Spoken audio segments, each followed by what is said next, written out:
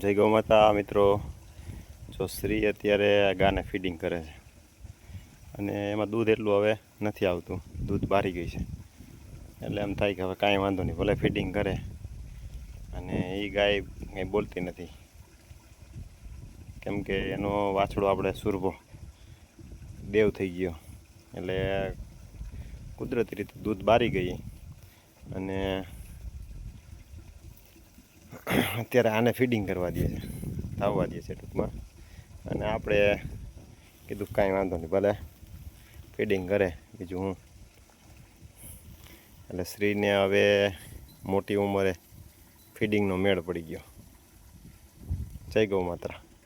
નહીંતર તો આવી રીતે આમ ફીડિંગ કરવા ન દેવાય, તકલીફ થાય।